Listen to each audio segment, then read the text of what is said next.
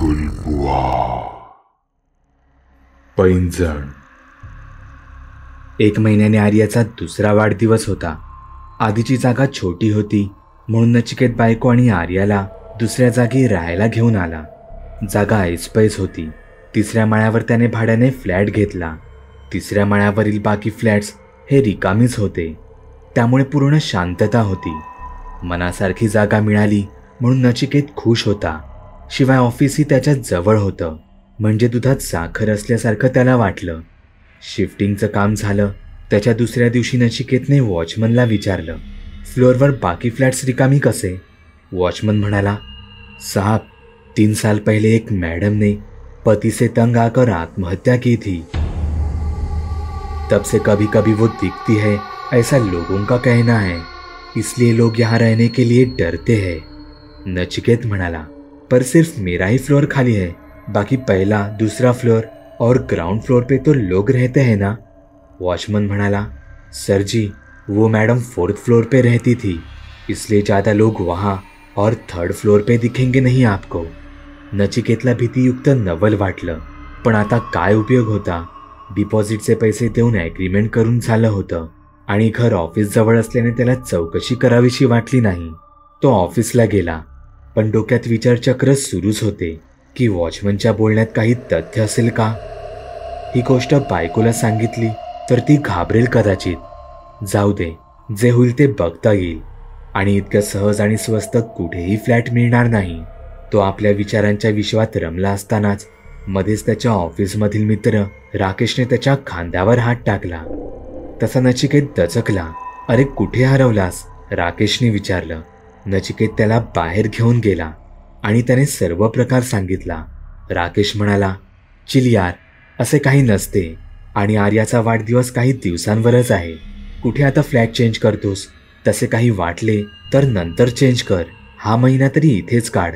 इतक्या स्वस्त आणि ऑफिस जवळ फ्लॅट मिळणे आता कठीण आहे रे. तरी मी प्रयत्न करतो तुझ्यासाठी. तोपर्यंत तू धीर धर. नचिकेतला थोडे बरे वाटले. सर्व विचार सोडून त्याने कामाला सुरुवात केली. काही दिवस असेच लोटले. नचिकेतची बायको आणि छोटी मुलगी आर्या तिच्या माहेरी 2 दिवसांसाठी राहायला गेले. नेहमीसारखा नचिकेत ऑफिसमधून घरी आला. बायको नसल्याने घरी जेवणाचे पार्सलच त्याने आणले होते. थोड्या वेळानंतर त्याने जेवण आटपले आणि निवांत बेडवर तो पडला. कधी त्याला झोप लागली त्यालाही कळालं नाही. रात्री 1 वाजता त्याच्या कानावर कसल्या तरी आवाजाची कुणकुण त्याला जाणवू लागली.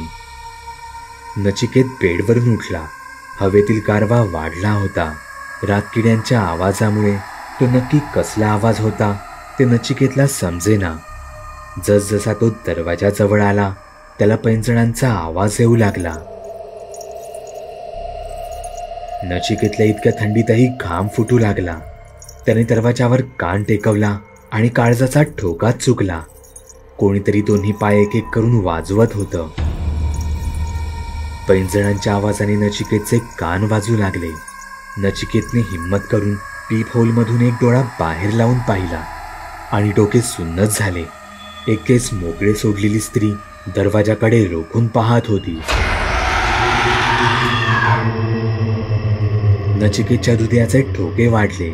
तोंडातून शब्द फुटेनासे होते.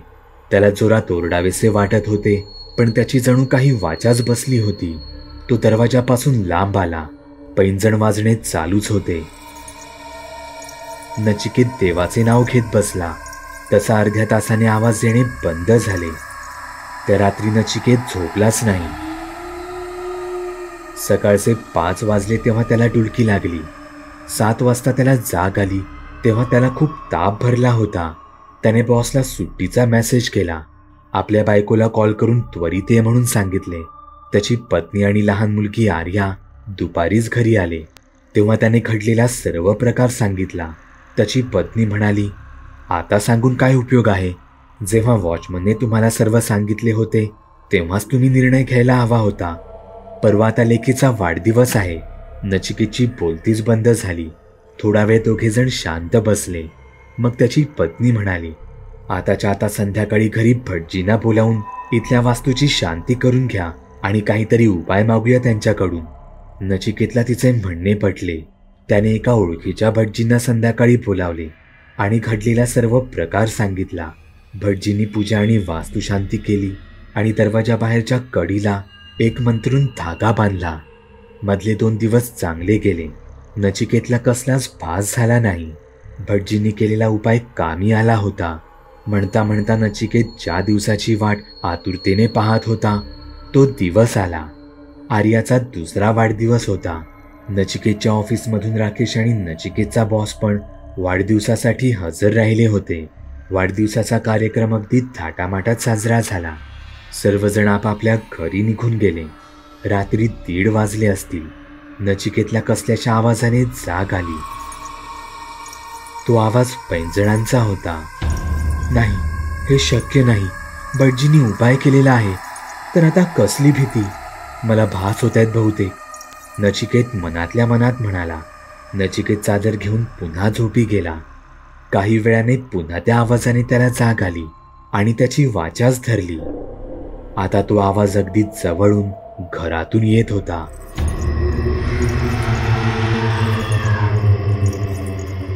नचिकेत सगळी ताकद लावून ओरडला, वाचवा. आवाजाने त्याची बायको आणि मुलगी आर्या जागे झाले. नचिकेतच्या डोळ्यासमोर अंधारी आली. बायकोने आर्याला खाली ठेवले आणि डॉक्टरांना फोन लावू लागली. तेव्हाच खालून पुन्हा एकदा तो आवाज आला. नचिकेत कोसळून पडताना त्याचे लक्ष आर्याला वाढदिवसाची भेट म्हणून दिलेल्या त्या पैंजणांकडे गेले.